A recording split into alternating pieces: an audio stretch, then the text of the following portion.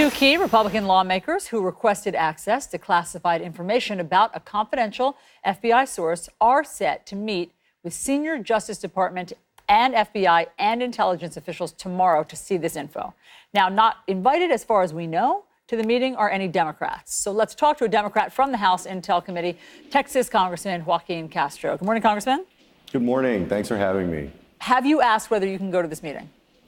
Well, it's basic protocol that when you have these kinds of meetings on the Intelligence Committee that you have both Republicans and Democrats represented. So this very much is a departure from standard operating procedure, and it makes it seem more like a Trump legal defense team meeting than anything else. Have you told your chairman, Devin Nunes, by the way, I would like to go?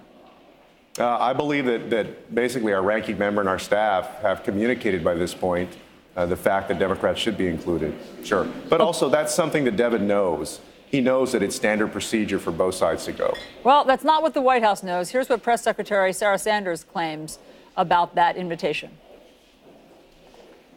Would the White House welcome Democrats to be at that meeting?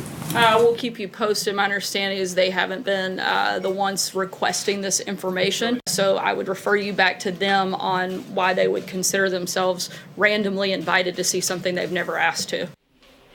Why would you consider yourself randomly invited, Congressman? Again, that's a nonsensical answer. This is information that basically is part of the investigation, and it's significant information. So why, if there is significant information, would you not include the relevant folks who were involved in the investigation? So just one last question on this thread. If you went up to Devin Nunes today and said, I would like to come, what would happen? Well, we'll see. I promise you today that I'll go up to Devin Nunes and ask him to invite everybody on the committee. Are you concerned that the FBI and the DOJ are opening their files and revealing an informant's name to members of your committee? Yeah, there are a few concerns. First, that this person's life could be affected, obviously could be endangered. There's a reason that sources are kept very confidential and classified. But the other thing is that there's this parlor game that's going on. Basically, Devin Nunes, who is now part of Donald Trump's legal defense team, is requesting information from executive agencies, getting that information, and then most likely going over and sharing it with the president or his team so that he can handicap his legal liability. In other words, so that he can better assess whether he should do something like testify in front of the grand jury.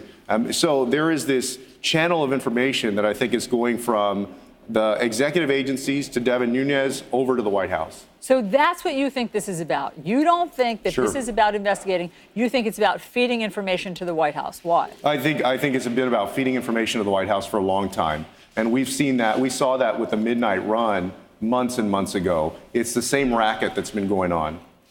So you think that, what you're saying basically is that Devin Nunes is an instrument of President Trump's defense and his sullying of the criminal justice system and the Department of Justice.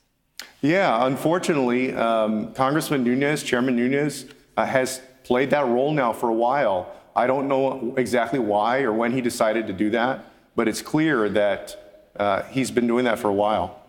And so why do you think, in that case, the FBI Director, Chris Wray, and the Director of National Intelligence, Dan Coats, are going along with opening these files and revealing a confidential informant's name? That's a great question, and I hope that you put that question to them directly. I don't understand, first of all, why they're going along with a meeting that they understand is a break from standard procedure, that everybody that's relevant to this investigation, in other words, the investigators, should all be present for this, even if it's not the larger Intelligence Committee, even if it's just the so-called Gang of Eight, which would include our ranking member, Adam Schiff. Everybody who's a relevant investigator should be there. So I was kind of surprised to see that the FBI and the DOJ would go along with this. You know, I described that back channel of information. Where the executive agencies fit in is, I don't think they're actively necessarily, in cahoots with Devin Nunes to help him out, to give information to the president. But I do think that in order to save their jobs, they are capitulating, they're acquiescing to all of Devin Nunes's requests. And so they eventually cave in, they give him the information he wants, and then he finds a way to feed it to the president. The president's able to handicap or figure out some better legal strategy because of the information he has, and they keep doing this over and over. From what you've learned, do you think the FBI did anything wrong by using a confidential informant or source to try to talk to George Papadopoulos or Carter Page or Sam Clovis? Well, I guess let me say this. In all of the information that I've seen as somebody who's been on this intelligence committee doing this investigation now for over a year, I did not see anybody who served as a spy in the Trump campaign. So can you say that again? You didn't think that who served as a spy? I didn't see anybody. I didn't see any indication that anybody was serving as a spy. But did you know in the about this Trump confidential campaign.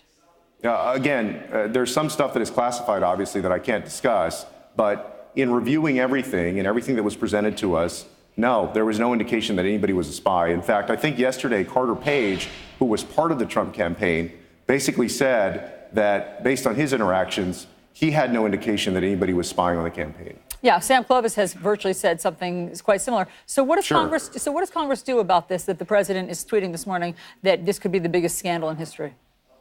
Well, I mean, that's the president's MO, right? The president is basically blows things up, exaggerates things, and he tries to dominate the narrative that way. That's what he does. It doesn't make it true. In fact, in Washington, he's probably the person that tells, quite honestly, the most lies of any politician out there. So this is consistent with what he does. That's what fact checkers who've crunched the numbers say in terms of the staggering number of untruths that come out of the president. Congressman Joaquin Castro, thank you very much for your perspective. Please let us know what response you get when you talk to your chairman, Devin Nunes, about going to this meeting.